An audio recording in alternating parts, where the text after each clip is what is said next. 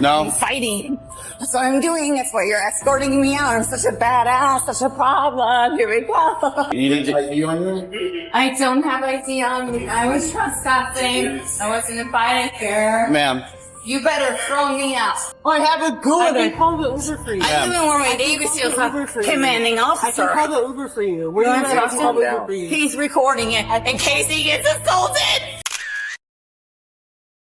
On November 21st, 2024, officers from the town of Palm Beach Police Department responded to an upscale hotel for a reported disturbance. 3 misdemeanor charges were filed that night: disorderly intoxication, resisting an officer without violence, and trespass after warning. This analysis examines whether each charge was legally supported and whether the force used to effect the arrest met constitutional standards. Let's go. I'm listening to you. Okay. Did he get trespass? Yeah. Okay. Did you get her ID or anything? And if she leaves on her own. Yeah. Ma'am, are you willing to leave on your own accord?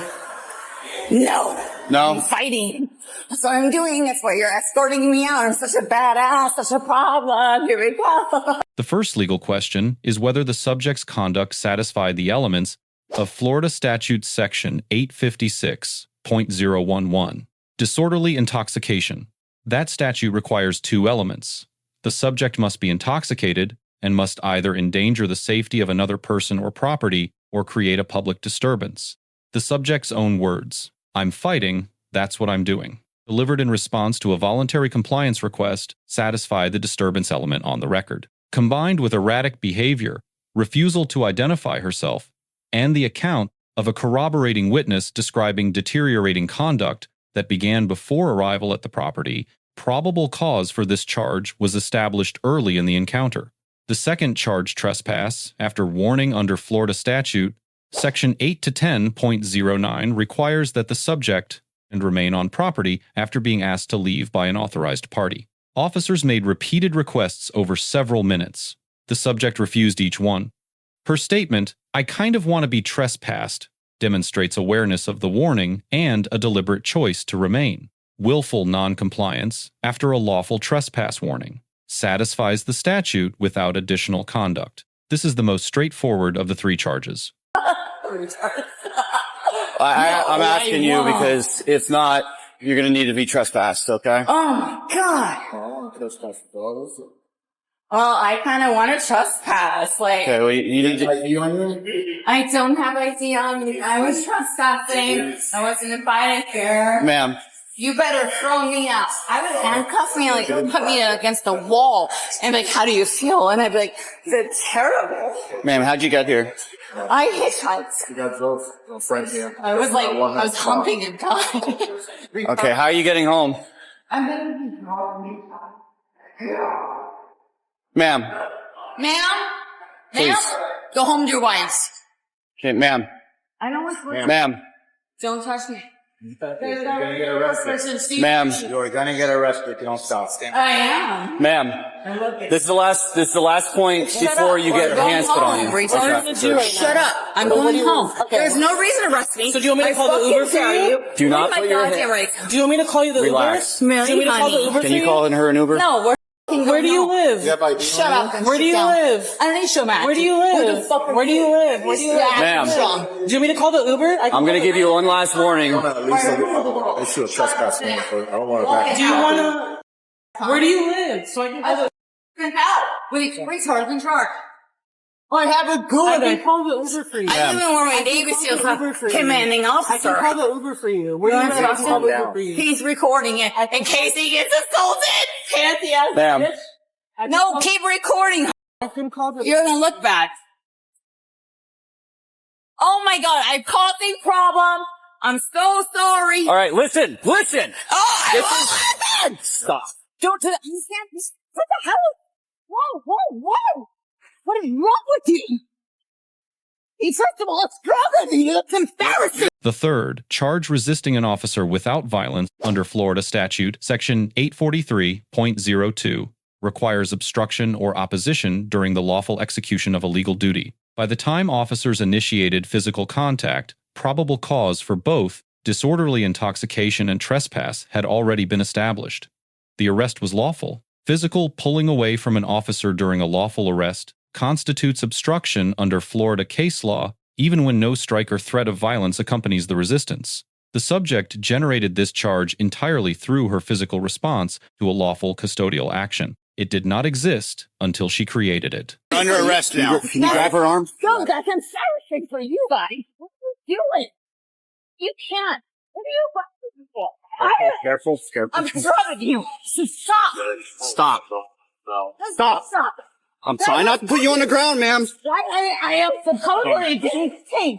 I'm gonna get that. Oh my God. Oh my God. Got it. What are you guys doing? This is embarrassing. 1, 2, 3. What are you guys doing? Turn over. I'm pulling your skirt back down. Under arrest. What are you? Good job. You. Stop. Seriously. What the hell? There was no reason for that. I was waiting. That's right.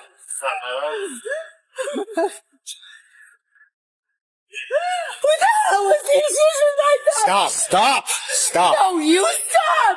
You are under arrest. For what? Resisting? For what? Because Drunken disorderly and resisting arrest. I did not resist anything. You guys tackled me. You're. Where's your car? Over here. On quota. Yeah. You got her? What that? She called me. Lisa, record. Let him talk. Been recording the whole time on our body idiots. cams. Yeah, but y'all destroyed. Let's go. The use of force analysis is governed by Graham versus Connor, 490 United States 386, decided in 1989. That decision requires courts to evaluate force from the perspective of a reasonable officer on the scene, not with the benefit of hindsight. 3 factors guide that evaluation: the severity of the crime at issue, whether the subject poses an immediate threat to officers or others, and whether the subject is actively resisting or attempting to flee. On the first factor, severity, 3 misdemeanors weigh toward restraint. This factor favors the subject. On the second factor, immediate threat, the subject made a statement claiming to possess a firearm. She referenced military rank and a commanding officer relationship. Officers cannot verify or dismiss such claims in real time. Under Graham, what matters is what a reasonable officer knew at the moment the force decision was made, and a firearm claim elevates the threat assessment regardless of its truth. On the third factor, active resistance, the subject physically pulled away from officers during an arrest, requiring a coordinated takedown to effect custody. The force applied soft to hard empty hand control, culminating in a ground takedown, falls within the accepted range. For the level of resistance presented, no impact weapons, chemical agents, or electronic control devices were deployed. The force continuum was not exceeded. 1 point requires separate attention. The subject stated she had broken ligaments in her left arm following the takedown. Under Florida's post-arrest medical care standards, any claim of injury must be documented and addressed prior to booking. Whether this occurred is not fully resolved in this footage. Additionally, the subject's firearm claim was never addressed on camera. No search incident to arrest is documented in this footage. A lawful arrest permits a full search of the person. That step should be confirmed in supplemental reports. Have a seat. Fat cough. What is this shit? Put her cell phone? I could go with her. She's staying at my house. No, but she could take that with her. Yeah, we can take it to the jail with her. I want to try to get a hold of... Should we go into Palm Beach County Jail? Okay. 24 hours at least? More than likely. Well, it's usually, 8 hours for intoxication? It's not Once they set a bond. Even if I don't think they're that old for that. no. I'm aware of. They might hold her for 8. If not, they could set a bond and release her. Okay. It's probably gonna be trespass, drunken disorderly, and then resist. This is the first assault that I was telling the other guy, we're friends from like 10 years ago. She came out like last week to visit. I think something might have triggered some kind of manic episode or she took something that I don't know. But she started slipping out in the car and she went into the bar. I went back to the car because I was just like, of the things she was saying. I went back and I walked into all this drama about the tab. Once I figured out what was going on, I just met her tonight and she was talking to her when I walked up. So once I figured out what was going on, I paid the tab. I apologize to everyone. It's my first time here. I'm super embarrassed. And I'm worried. Also, I have a daughter at home that I need to go home to. It's a school night. I can't bring this to my house. That's why I was saying like 24 hours at least. Well, I said you order the Uber, but she kept going back. I just met her. And she's getting more and more riled up. But it's not going to stop. Yeah, I mean, honestly, the charge is three misdemeanors. Yeah. I mean, it's not like she's looking at hard time. This is more of a, you can't behave like this. You're going to spend a night in jail. That's really what the charges are. Okay. Yeah, no, I understand. Okay. So they originally was sitting at the bar. Yeah. And they had a tab of 30. I didn't drink at all. $30-something. She claimed that she put $150 cash in the checkbook. The check camera. Okay. Right. I mean, this is really where it went down because she was on her way out. Belligerent the whole time, but she was still working her way off the property. And then that's when she turned back and continued to dance around. And then she went back. She made it to about here, went back to valet, talked to her friends. Her friends said, hey, well, let's get you an Uber, whatever. And then she starts getting more and more belligerent and she turns back again. And that's when I raised my voice and I said, hey, you're not going to keep going. Stop. And then that's when that was it. We had to grab her. Okay. So that's the friend. That's her friend. Dude. Okay. She said she started getting disorderly in the car on the way here. And what's the friend's name? You just it's in the cat. I ran her. Lisa. Lisa. Right here's for DL City in 5. Maybe you guys could call me too, like before she's gonna get released or anything, if that's possible. Or we don't have control over that. That's the jail that actually does that. Oh, okay. Yeah. She agreed. You could tell her what you just told her.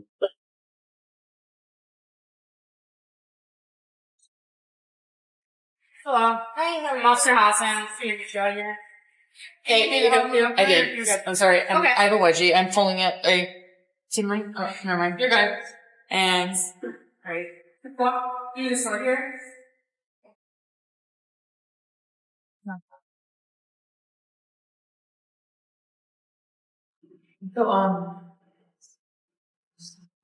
I broke a ligament on my left arm. It's not mine. Okay, done. The arresting officer receives a B.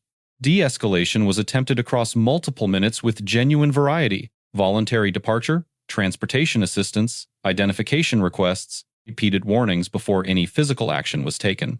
Probable cause was well established and clearly articulated on camera. Force was proportionate to documented resistance. Post-arrest communication with the witness was professional. The grade is capped at B rather than A because two procedural gaps, medical response documentation and firearm claim follow-through, are not resolved within this footage and represent obligations that attach to every arrest under these facts. The subject receives a D. Every charge filed against her is traceable to a specific choice she made after being offered an alternative. The trespass charge required her to refuse departure. The disorderly charge required her to escalate rather than comply.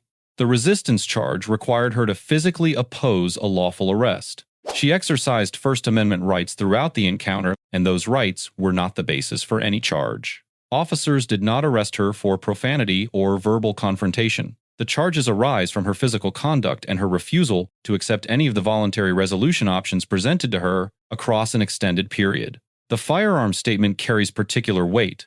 Even if untrue, it materially altered the legal environment of every officer on scene for the remainder of the encounter. Statements made to law enforcement during an active incident have consequences. 3 practical legal lessons emerge from this encounter. First, a voluntary compliance request is the subject's most valuable opportunity. Accepting it eliminates every charge that follows from refusal. No compliance, no trespass. No trespass, no arrest. No arrest, no resistance charge. Every subsequent charge was downstream of that first refusal. Second, statements made during an encounter are evidence. "I have a gun regardless of intent" changes the legal calculus for every officer present and can independently justify an escalated response under Graham. Third, for law enforcement, the post-arrest obligations are as legally significant as the arrest itself. Injury claims must be documented. Firearm claims must be followed through. Procedural gaps in the post-arrest phase are where civil liability most commonly attaches after a legally justified arrest.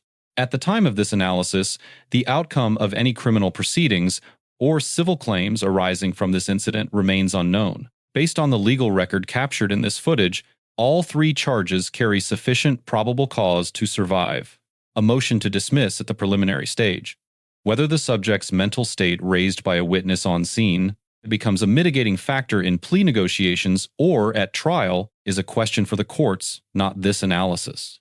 Let us know if there is an interaction or legal topic that you would like us to discuss in the comments below.